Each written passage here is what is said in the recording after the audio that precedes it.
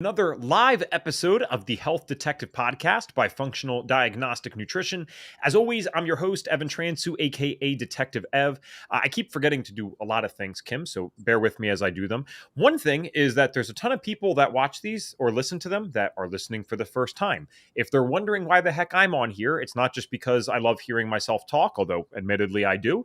It's actually because I have my own health journey that FDN was able to really be a major part of. I had 7 different diagnosed conditions at the age of 18, went through other health coaching programs that supported me, but didn't get me to where I wanted to go.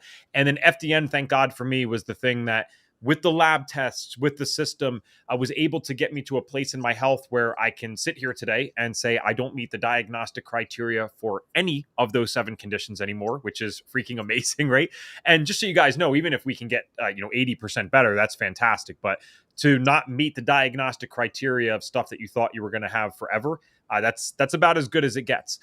Today, though, we have our friend Kim Heinz. She was actually on way back when, and I have no idea what episode number that was, but we did an HTMA test analysis, which is hair tissue mineral analysis. I kind of said that twice, I guess. But that was an excellent episode, but I promised we'd have her back on eventually to tell her story. Normally people share their story first, and then we do something more specific. So we're kind of doing it backwards. And if you are on live with us, I see some people coming in. You may ask questions. I might not do them until about 30, 40 minutes in after we get to hear from Kim and her story, but we will always answer questions if they are live. And then if you're listening to this on audio and we're like, wait, I missed the live, why didn't I get to see that? Just make sure you're subscribed to our YouTube and Facebook. You can see these things here. So a little bit about Kim to preface this. She is an FDN who primarily helps her clients reverse debilitating gut issues. She has been an FDN for 4.5 years, but her own health journey began long before that. She began getting migraines early in life, and they intensified in her 20s to the point where she was getting them 3 to 5 times a week. That is not fun. Migraines were never a main symptom for me, but I got them at like 5, 6 years old. That is a different ball game than the headaches thing. I don't think people really get that unless they've been through that 3 to 5 times a week. That's a nightmare. When she was 28, she had a migraine that lasted an entire year straight. Okay, got to talk about that. On top of this, she dealt with a myriad of other symptoms, including insomnia, brain fog, chronic fatigue, anxiety, and depression. She was told by a doctor that she would have to deal with chronic migraines for the rest of her life. Determined to not accept that fate, she ultimately found the functional health space, and it changed her life. Through functional lab testing, she uncovered a lot of gut issues, food sensitivities, and nutrient imbalances. Through addressing these, she no longer gets migraines, and all the other symptoms disappeared as well. Not only did her symptoms disappear, but she has taken things to a completely different level. In addition to running her business, she is also a top competitor in long-distance mountain biking. That's awesome, did not know that. In the Midwest of the United States, often taking a podium spot. She feels better at 42 than she ever did at 32 and even 22. Her own life-changing experience is what led her to become an FDN so that she could help others experience the same freedom she has. And for those watching live, my reaction is genuine. Maybe this is stupid, I don't read the bios beforehand because I want it to be genuine, but it really stinks if there's a grammatical error and then I mess up. So thank you for having perfect grammar. Welcome back to the Health Detective Podcast, my friend. Yeah, thank you. It's good to be here. It's good to see you again. And I love HTMA, so I was glad we got to talk about that last winter, but now it's good to be back and share my story. Yeah, and so we always start the story-based podcasts in the exact same way. I mean, obviously, we got a little hint of this with your bio, but I'm sure there's more to dissect there and unpack. When did these first health symptoms, like any symptom, begin for you, and what exactly did that look like? Was it just the stuff in the bio, or was there some other things that were going on prior to that?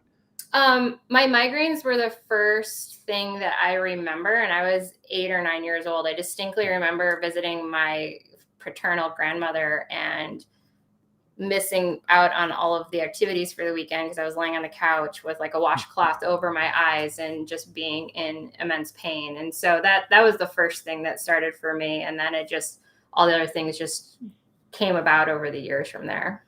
Okay, and then just really to define this for people, because I never want this to be a podcast where we're dwelling on the things that we dealt with, but I do think this is a place to validate the experiences of individuals and also connect with others and let the listeners know that the people that are on here really get what they're talking about. So I'm assuming, I could be wrong, but I'm assuming if you've had migraines this bad in your life, you've also probably had what would be defined as a headache, or at the very least, you would know how to differentiate between the two. So for those out there that think like, oh, well, I get headaches, I take an Advil for it and I'm good to go in an hour or two. What is the difference between the normal or standard headache and something that's an actual migraine? What's the difference in feelings and symptoms? Yeah, and the first thing is that migraines show up differently for different people. So I'm just going to share my experience. But like what you just said, I take an Advil and I'm good to go in a couple hours. That's not the case with migraines. Like Advil doesn't really never did like made much of a dent in my migraines for me. And yeah, I have had headaches in the past, so I do tell the difference. For me, it's like I could feel it coming on. I could kind of feel it building in like my neck and behind my eye. And I would start to get very nauseous, light sensitivity to the point where like I would have to wear sunglasses inside. My nerves would hurt. Like, and that is such a weird, because I never dealt with like chronic, like body pain like that really. But I could feel like my nerves, like I wanted to crawl out of my skin almost, as those things would come on. And then all of those things would intensify. There's this thing called auras. I only got auras a few times, but so my experience with auras isn't really there. But like the nausea, like sometimes I would like almost lose vision in one of my eyes, where or would get blurry in that eye, because most of my migraines were very much on my right side of my body. I very rarely got them on my left side. It was weird sometimes when they did jump, but it was mostly a right-sided thing. And so those things would intensify to the point where I really like, because I got them so frequently in my 20s, especially in early 30s, I would try to work, I would power through, but I was usually pretty miserable and not not really at my best, if you will, during those types of things. So a lot of times just making it to the end of the day or as late in the day as I could, taking a prescription migraine medication, laying in a dark room and sleeping it off was basically my way of trying to mitigate it. Sometimes it worked. Sometimes I woke up and started it all over again. Yeah, it's such a weird thing hearing all these different symptoms and stories, like getting to host this podcast, because it's always like a grass is greener on the other side thing. Like there's some people that, might not get how serious this is because of what they have. And then it's like vice versa. This is a debilitating thing. I Yeah. mean, to power through the day is pretty damn impressive because for some people that are dealing with these things, and I'm sure you've had this, it's like, guys, this can induce vomiting. I mean, you're in so much pain that you're actually sick to your stomach. It's really not a joke. I've had headaches like that, let alone the migraines. It kind of becomes your main focus. It's hard to do other things while this is going on. And this started for you, like you said, at 8 to 9 years old. It got really bad in the 20s. Between, let's say, roughly 8 and those 20s, were there other health symptoms that you had, or was it always this back to these migraines? Yeah, I started to, and I didn't know what this was at the time, but I started dealing with a lot of depression, specifically when I was in my middle school years and into high school. A lot of anxiety came on probably in my late high school years and into college. Like I dealt with that really bad, honestly, and I didn't even know what anxiety was at the time. I just knew I was constantly on edge and stressed and worried about everything all the time. Those were the primary symptoms that I experienced. I had some insomnia and stuff too, I would say, but I also sometimes think that might have been self-induced going into high school and college. But later in like my 20s and early 30s, I think, or I know I couldn't go to sleep no matter how hard I tried. So, yeah, but up until my 20s, I think the anxiety and depression were the biggest things that came alongside the migraines. Okay, so a lot of those other things that were listed in your bio were kind of, stacking on over time, which again, really, really common theme, something I relate to, something almost everyone on this podcast relates to. It might start out with one or two main things, but if we aren't aware of how to get like that natural help for it at the time, which who the heck is the first time they have a symptom, all this other stuff starts coming up over times until the point that you can't really ignore it. And then just to be clear, so we continue with the story, it was this migraine that lasted for a freaking year that was maybe a huge wake up call. I mean, first, let's define what the heck does that even mean? Like literally a year you're in constant pain, or just every day it's happening? What does that actually mean? Yeah, for the way it showed up for me is most mornings I would wake up with either a dull pain, the nausea, and all those other symptoms I talked about weren't really there yet. But throughout the day, it just got progressively worse until I was just, not functional. Sometimes I would miss work or I'd work from home. At that time, I was working in corporate. And so, remote work so this was 2010 was when this happened. And so, remote work was a little bit more common at that time. And it just repeated itself day in and day out for that entire year. And it basically was just, like I said, it just built throughout the day till I really couldn't handle it. And so I would go to work. I've always been an athlete. So I would try to work out first thing in the morning, because that was the only time I could actually get a workout in, because there was no way I was going to get a workout in later in the day. So I might go to the gym and lift weights for 30 minutes or something, like do a couple mile run if I wanted to, something like that. But by the end of the day, it was come home, and I was married at the time, and my husband at the time would, cook dinner for me. And I basically would just lay on the couch and maybe research how to fix migraines. Was in a lot of online forums at the time. There weren't Facebook groups and stuff like that, weren't really a thing back then, but a lot of online forums and blogs and stuff like that. That was basically all consuming for the better part of a year. Yeah, I think it probably is still kind of big, I would imagine, even outside of Facebook. But that was really a thing back in the day, especially before Facebook. There was all these forums for specific conditions. They had it for acne. Obviously, they had it for migraines as well. So definitely, it's like cool that people are congregating trying to help. But man, it's sad what you see on some of the forums, because people are trying some crazy things sometimes without results. You already talked about in your bio that obviously you got into the functional space. You're an FDN. I get that. I'm fascinated. It's one of my favorite concepts and questions on this show, of how people make this transition mentally or paradigm wise into looking into these things, because this is not the default. The default is go to Western medicine, take the medications, which no one here is condemning. Obviously, for you, it didn't work, or it wasn't a complete solution. At what point do you start like really realizing, I have to think outside the box with this and maybe do something I haven't done before? When do you make that leap into more natural things or functional things, whatever we want to call them? It was actually several years later. At the time, I was plugged into the coaching world a bit, because I had picked up a side hobby of building websites and helping coaches with the tech in their business. And just through knowing people and seeing, everyone was friending each other on Facebook at the time, I saw somebody posted something. And I had just been to the doctor again. And, at that point, my migraines were only back down to a few times a week. And the doctor had offered me a different medication. And I was just like, here we go again, because I had taken all the medications at that point, I felt like. And it was right after I had been to that doctor's visit where I just felt like here I am getting put back into that cycle again, where I saw this person posting about a program that this woman was running. And I wasn't really looking to invest in anything, but I read her sales page and I felt like, oh my gosh, this woman wrote this for me. I need to do this program. And Good luck. right. I know. I told her that too. It was amazing. And literally I worked with her. She had like a group program that was to go through the holidays at the time.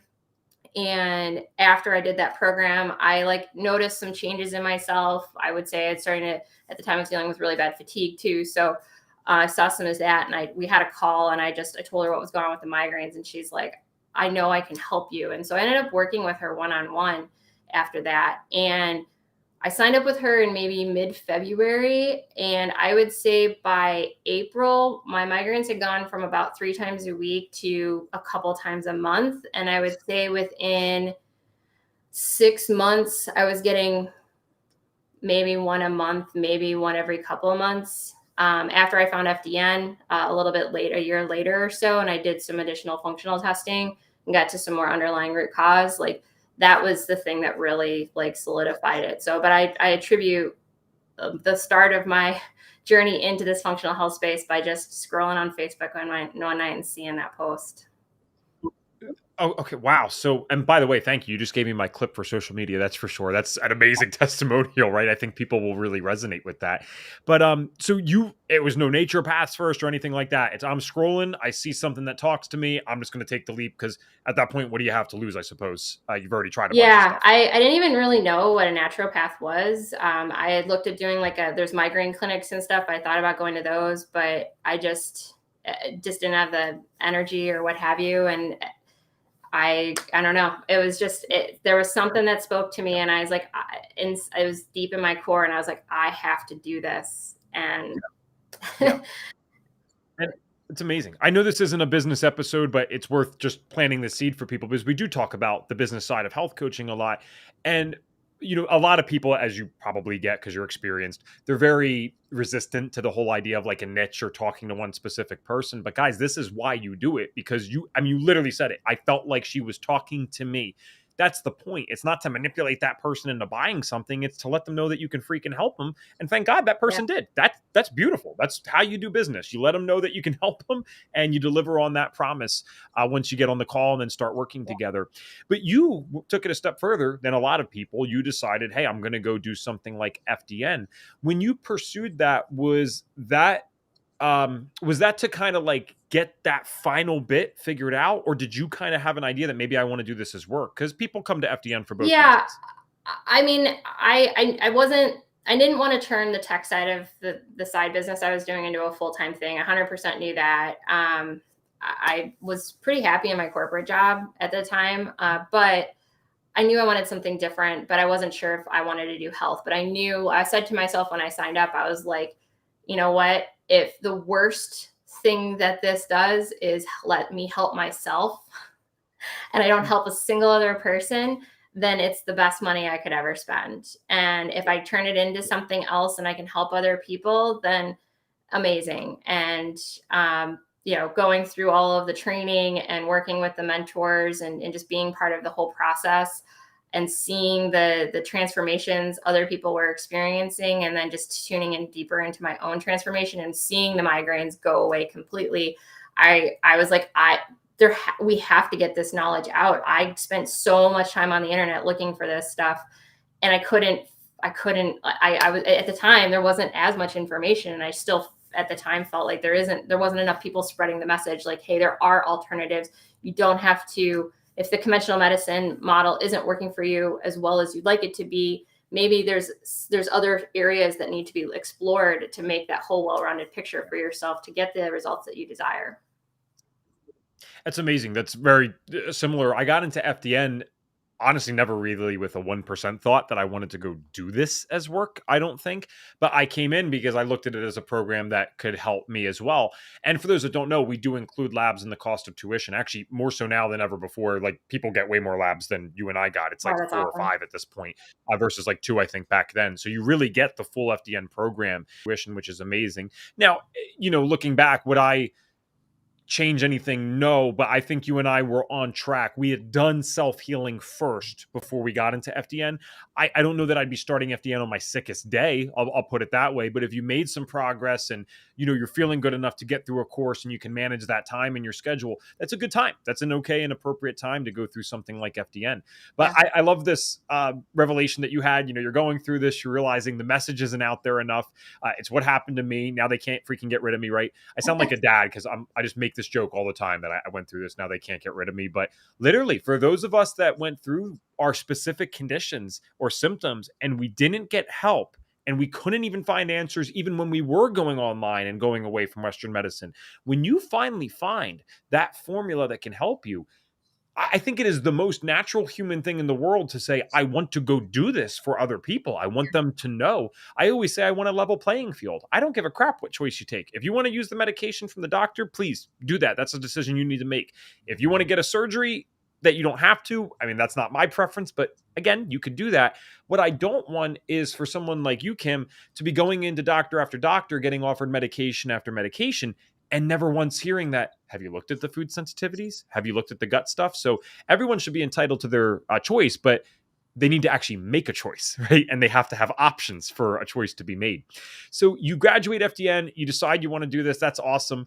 Was it shortly afterwards? Like, were you starting the business side of this and coaching side of it immediately after graduating, or was there a bit of a transition? No, there was no transition. Like because like what you said, like you wanted to like spread the message, and we were just saying, like I wanted to shout it from the rooftops, and I couldn't. I wanted to graduate as soon as I could. Once I like really realized I wanted to do this, and so I had 2 or 3 test clients or like friends that I had reached out to that I was just, as soon as I was graduated, I said, let's do this process on you.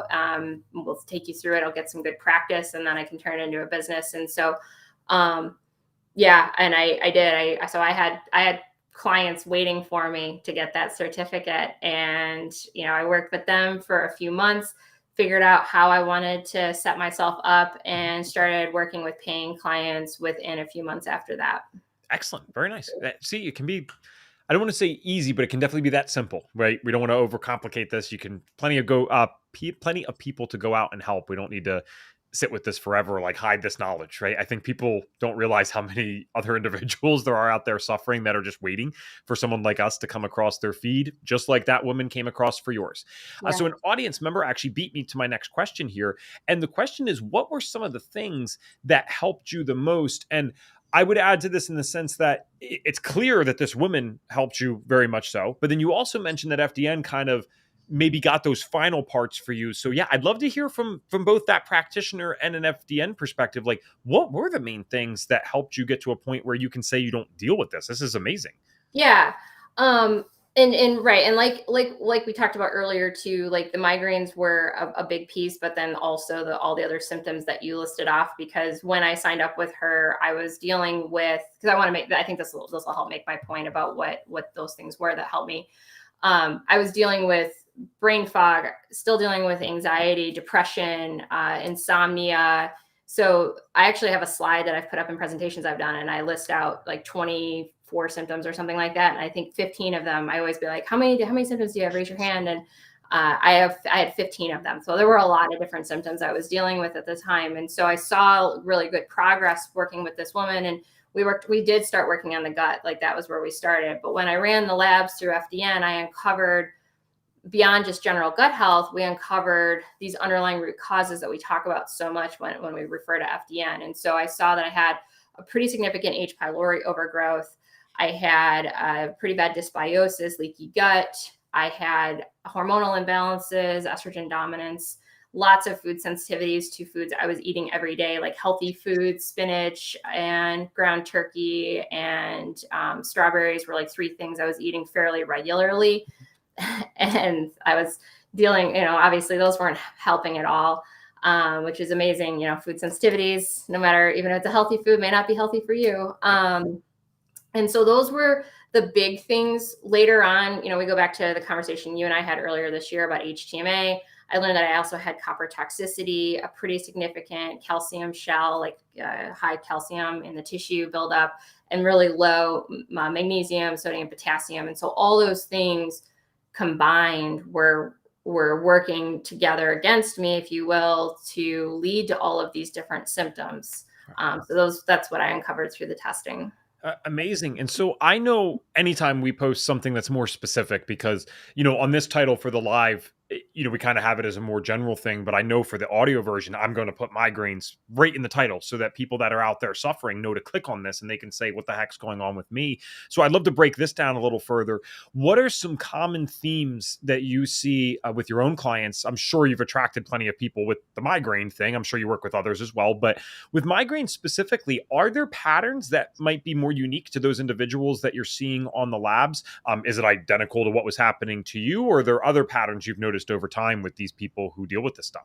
Yeah, I do attract a lot of people. I talk a lot about gut health on my Instagram account. That's where I primarily show up, and there's a lot of connection to the gut and migraines. And so I see a lot of people who have migraines who also have anxiety, and we do see a lot of the similar patterns. I do see H. pylori pretty frequently in my practice. I would say 70 to 80% of my clients do have some sort of H. pylori overgrowth, and dysbiosis, leaky gut tends to run pretty strong.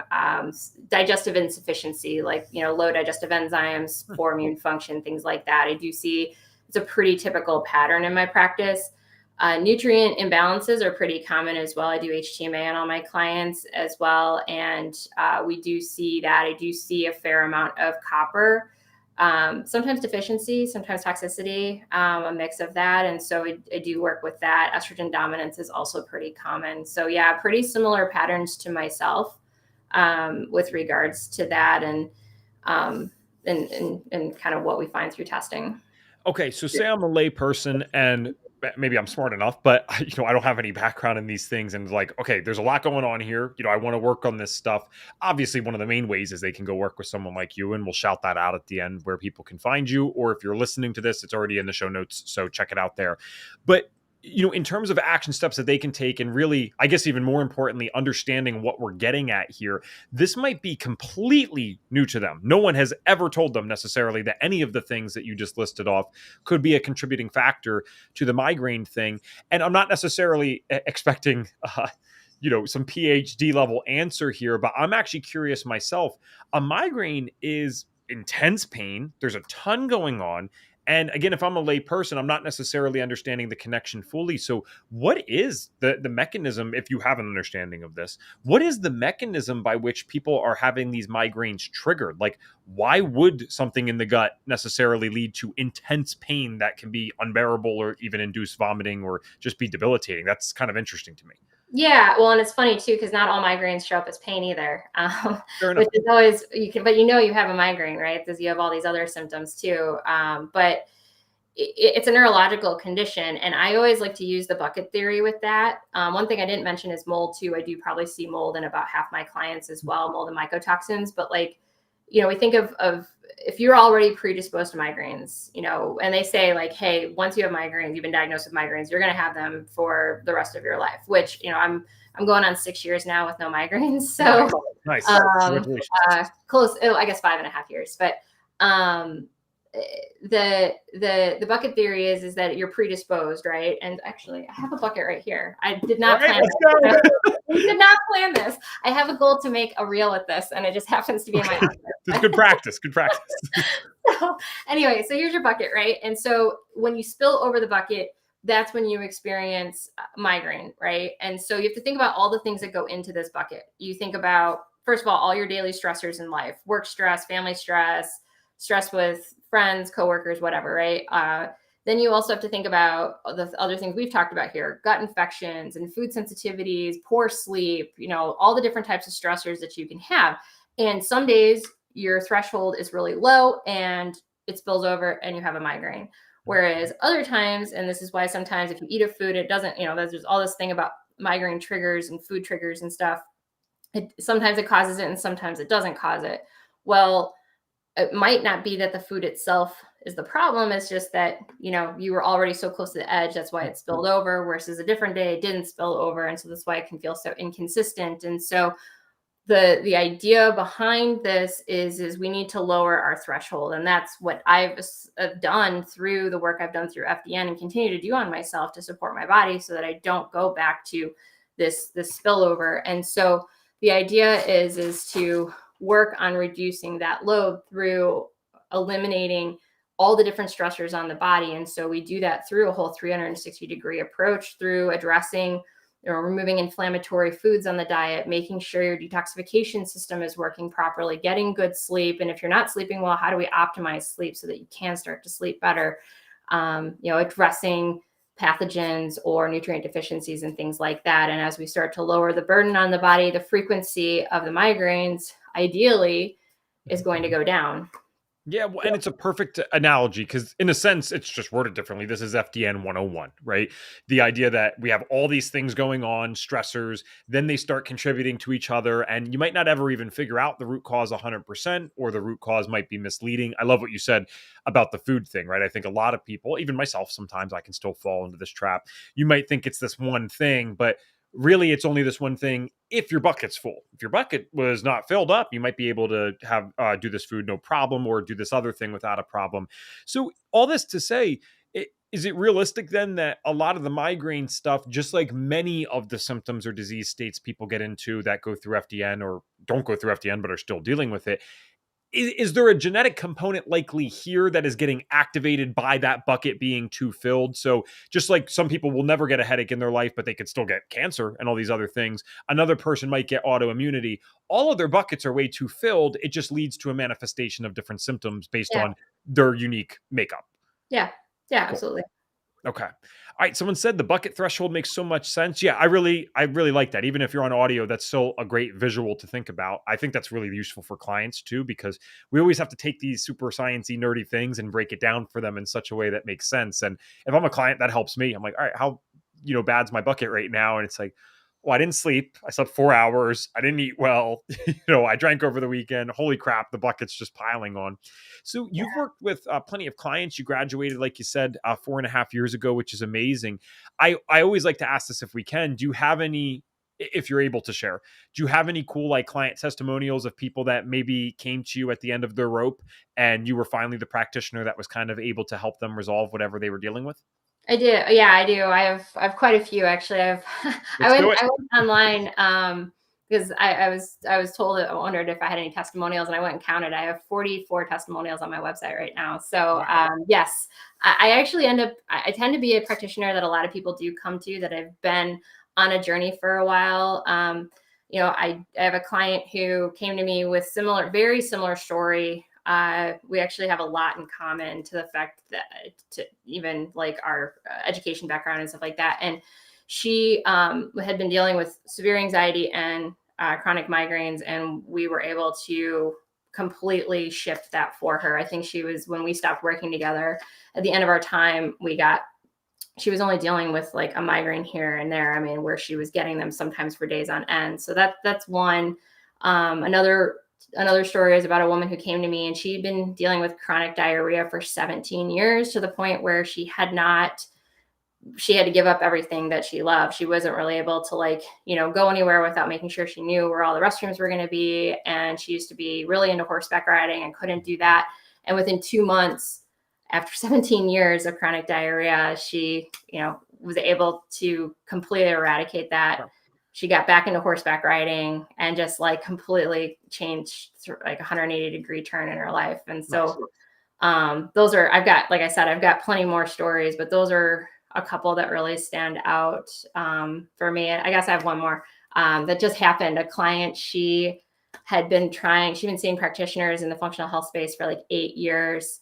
And last May, she started seeing even more issues, and her hair started to fall out and stuff. So she reached out to me, and we worked together, and we found that she actually had mold. And we just retested her mold, and everything's clear, 100%. Like, it was such a wonderful test to get back, just to see compared side by side what they were versus where they are now on the markers. And she's obviously feeling significantly better too. So it excites me so much to to just see people experience this kind of freedom, which we talk about, because that's why we're here. Yeah, I was actually curious, especially for people on the audio. If you're on video, let me know in the chat if you saw this, because what I noticed is, we've been having more of a casual conversation the entire time. So kind of neutral looks for both of us. And the second I asked you about the testimonials, I love people who love their work, because you lit up. You got like a kid smile on your face where you're like, oh yeah, this is amazing that you can go deliver this to other people now and help them in the same way. That's the whole point of this. So what is your favorite test to run now? I know that you came on for the HTMA, but someone in the audience had asked. So I'm curious, if it's really tough and it's kind of I won't say immature, that's not the right word, but it's not a great question in a certain sense from an FDN perspective. But if you do have a favorite test, what would you say it is? Yeah. Well, and to just finish what we were just talking about, Sure. I actually felt like myself choke up a little bit as I was talking, because I just get so excited. But as far as my favorite test, that's tough. I love the GI map. I really love that test. I think it's really fascinating, that especially the way it correlates with people's symptoms. But I also am partial to the HTMA, like we talked about a few months ago on this podcast, because there's so much correlation too. So it's really hard. I'd say it's a tie between the two. And if, like, people only have a certain amount of funds to be able to run tests, I think those paired together can just be amazing, just because they really help. And I see a lot of change with people with those. Very cool. One thing I wanted to ask too, again, in the spirit of knowing that people with migraines are listening right now, hoping for something here, I'm sure many people are interested in the labs. Maybe they're looking for something more immediate. And I think that's just wise always from our perspective on the podcast. Because if we can give them something that works, then that builds that trust. They know, okay, cool. These people know what they're talking about. So with the migraine specifically, how I want to word this is I know sometimes obviously we're using science 90% of the time, but there's also like anecdotes that come up in the world of functional medicine where you kind of just notice that like certain people do really well if they do certain things. You might not be able to prove it 100%, but stuff that I've heard through the grapevine as someone who does not work really anytime with people who have migraines. I don't think I've ever had that in my practice. Many of the things that I've heard through the grapevine are like certain red light techniques. Like I've heard of people wearing these special glasses that flash red light. Gluten was a huge one, which I mean, kind of go figure. That's like a huge one for a lot of us. But Okay. are there any like maybe secret tips such as those where you're like, if I had migraines again, I would definitely be trying to do this thing or these things. Even if you can't do the lab testing, you can't do the coaching right now, I would definitely go give this a shot because it seems to work a lot of the time. Yeah, I mean, I think just the foundational things I think are huge, and that's why I talk about gut health so much, because I feel like the gut is so rooted in so many of the health issues that the people experience. And so I always, I think gluten is really inflammatory for many people, depending on who you ask. Like Dr. Tom, he believes it's inflammatory for everybody. So eliminating it in the right way, I think, can be very helpful. It was a game changer for me. I know I didn't mention that earlier, but that was a food sensitivity for myself. Something else that I think is really helpful for people, because dehydration tends to also be like a under talked about trigger for a lot of people with migraines and anxiety too, and in other health conditions, is waking up, putting a pinch of sea salt with some lemon and some warm water. That's like the simplest thing you can do. If you think about it, you were sleeping hopefully for 8 hours. You haven't drank anything in 8 hours. So you're dehydrated when you wake up. And if you can do that, which is going to stimulate your digestion, your liver, your adrenals, it's going to give you some good nutrients and also start to hydrate you. I mean, I think that can really start your day off on the right foot. So, and then other things, just, I know Joe just said in the chat, lifestyle changes for sure. Just really thinking about how you can do little things. One of my favorite sayings that a business coach that I had years ago says, and she still says to this day, is, little things add up in your favor over time. And so we're always looking for the big thing, but if we can really focus on the little things, doing these things and being consistent with these things over and over and over again are going to add up in your favor over time, and hopefully lower that threshold for you. It's a really good way to say it. And sometimes it is fun to dive into the labs and the supplements and these therapies that we can use. It's like sexy, right? It's good for clicks and good for advertisements, but a lot of the most profound stories of healing that I've heard on this show, including my own, it's just changing what you're doing and like really sticking to that. It doesn't mean that you can't ever go away from your routine. We don't want to become neurotic, but there's a certain level of acceptance, I believe, that needs to come around. We are not doing as a society what we are supposed to be doing. So stepping away from that is not you being inherently neurotic or weird. Like, you're doing the right thing, right? We shouldn't be staring at screens past dark. So you're not the weird one for either going to bed early or wearing the red light blue light glasses, but red tints, right? And stuff like that. It looks weird to society, but the truth of the matter is we're the ones trying to do it how we were meant to do it. And a lot of my best progress, it comes slowly. Those initial things that happen in the first functional medicine protocols, whether it's removing a food, running a test, you might feel 70, 80% better in the first few months. I always say this, but Yeah. that last 10 to 20% for a lot of people, especially if you've been sick for a while. I mean, my gosh, you had symptoms for decades before you really dove into this. Guys, that takes time. And when I say it takes time, it means doing those seemingly small, seemingly insignificant things over a long period of time, making sure you're getting to bed on time, making sure you're eating the right food. So I appreciate you saying that because, especially with something as intense as a migraine, of course, I can totally understand and empathize with someone who wants the quick answer, but it's really, okay, let's change this stuff and let's stick to it. Let's make a dedication to just shifting our lifestyles around permanently, right?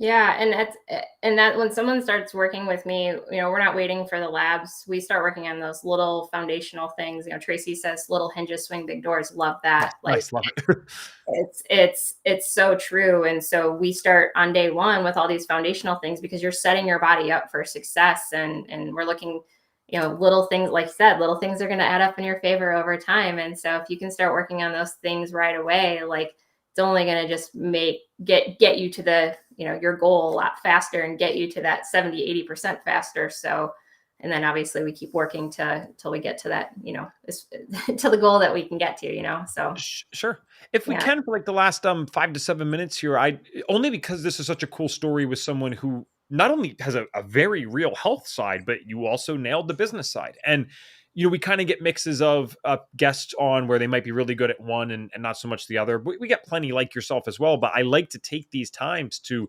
show people what the FDN program can do. Because if they've been listening 40 minutes in, I'm sure they're maybe interested in how they could go do this, whether it's for self healing or helping others or both. Most likely it's going to be both. That's like 99% of people that come here. So you went from someone that, from my understanding, did not have a huge background in business. I know you were creating things for other people, so maybe that was more your own business type of thing. But you finish the certification, you decide this is what you want to do, and you go out running with it. So is this now what you do full time? Are you just FDN and practicing on your own?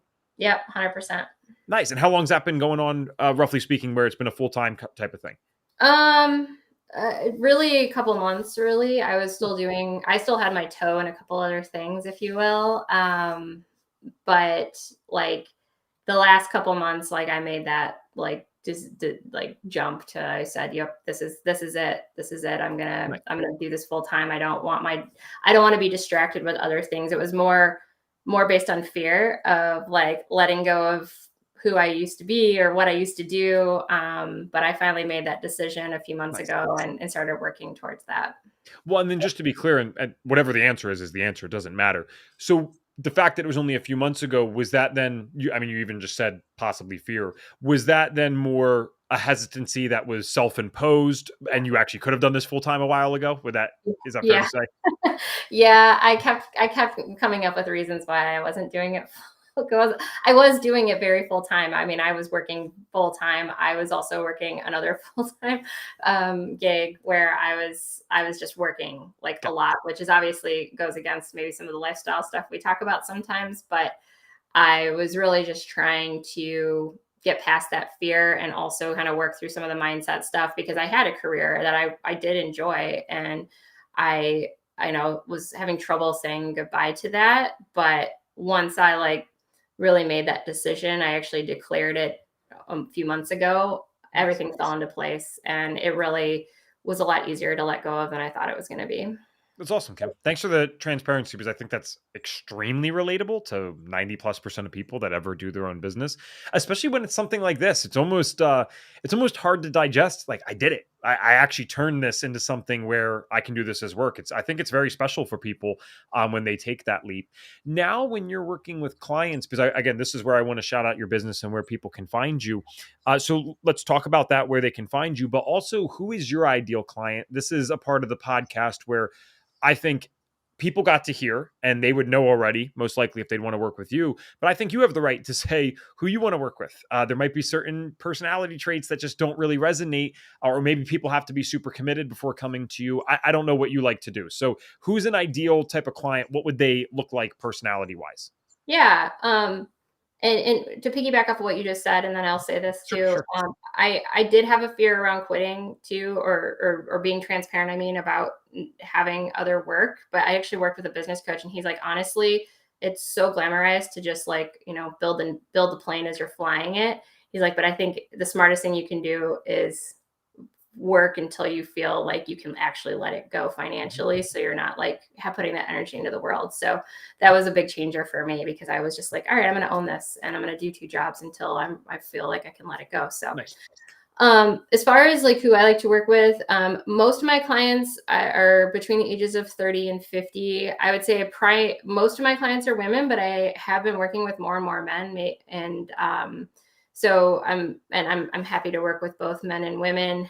A lot of my clients are dealing with some sort of digestive distress, what have you, and related GI issues. You know, as I mentioned, so much is connected to the gut. And so, you know, I work with people who have, you know, chronic constipation, chronic diarrhea, IBS diagnoses, but then also like those conditions that we are learning more and more tend to be connected to gut dysfunction. So I see a lot of anxiety, depression, and migraines and fatigue. Those are some really big ones that I see. And so I talk a lot about gut health and its connection to everything. I would say most of my clients fall within that bubble with some of those, you know, I don't even want to say secondary conditions because they're not secondary whatsoever. I never would have said a migraine is a secondary condition at the time, but those connected conditions to that.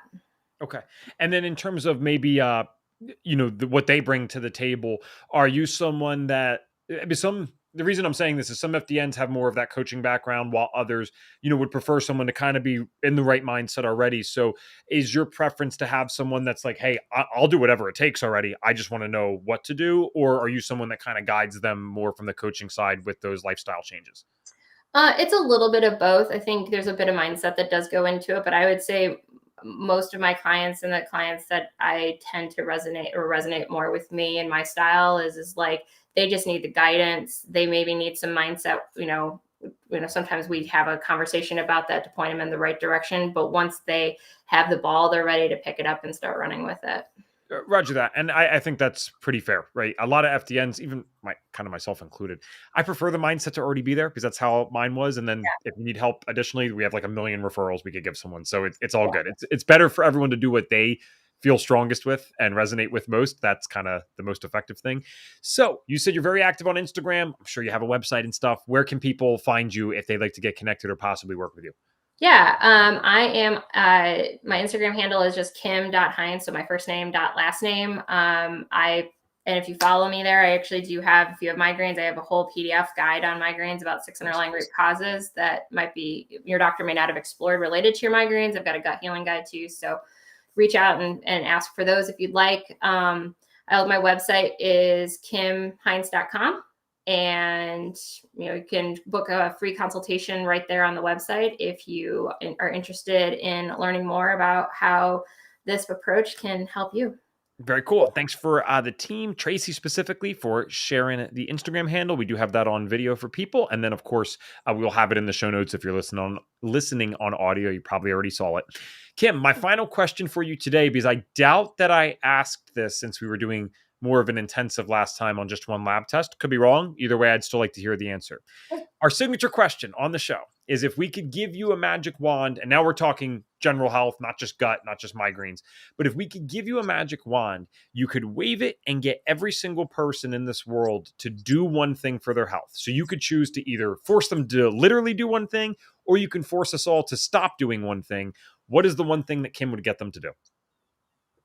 believe believe no matter how long you've been dealing with whatever condition that you're dealing with, that this is possible for you too. As Evan said early on in the podcast, I was told at age 28 by a doctor that I was going to be stuck dealing with chronic migraines. Said, you need to accept the fact that this is going to be your life. And here I am at 42, 14 years later, and I haven't had a migraine in close to 6 years. And so if I had accepted that fate that day, who knows where I'd be right now. But the fact that I didn't accept it and I continued to believe that there was a solution out there, I'm working a business that I love with clients that, make me choke up when I talk about them because I'm so excited about them, and I'm pain free and doing all the things that I love to do. And so it all comes down to, if you can just continue to believe and keep certain, don't give up hope. I think that is something that I wish everybody could do.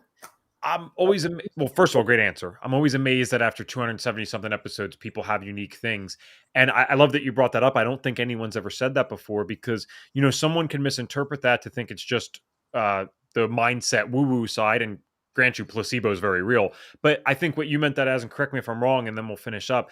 There's a practical side to this, right? Because if you don't believe that you can heal, you're never going to take the steps of someone that ends up healing. You just say, oh, this is it. I take my medication and I stop, right? So belief's very practical Oh, in healing. You need to have that to take the steps. and it's practical in everything. I mean, you think about it from the, if you have to become an FDN, you have to believe that you're going to graduate, to graduate high school or graduate college, or to get a job. You have to believe you have to believe so that you apply, so that you get it. You know what I mean? Like it is very, very practical, and you keep showing up for yourself even on your worst days, because you believe that it's possible for you too. And I'm not special. It really just comes Yeah. down to just keeping going, keeping on. That's why, as many facts as we share and as much science as we do, that's why we always start with the stories, because literally the stories are meant to instill that belief. When they hear from someone like you that's been told these things, that was dealing with this for decades, that's a very real and natural belief that starts happening in us, where you start wondering, I wonder if I could do that too. So thank you for having a wonderful mix today of the story with the science. Another amazing episode. I'll drop your HTMA one in the show notes when we are doing the pre-recorded, sending out the recorded version of this so people can see that. I'd highly recommend it as a follow-up. Kim's just a wealth of knowledge. We appreciate you being here with Yeah, us thanks today. for having me. It was great to connect with you again, and thanks for listening.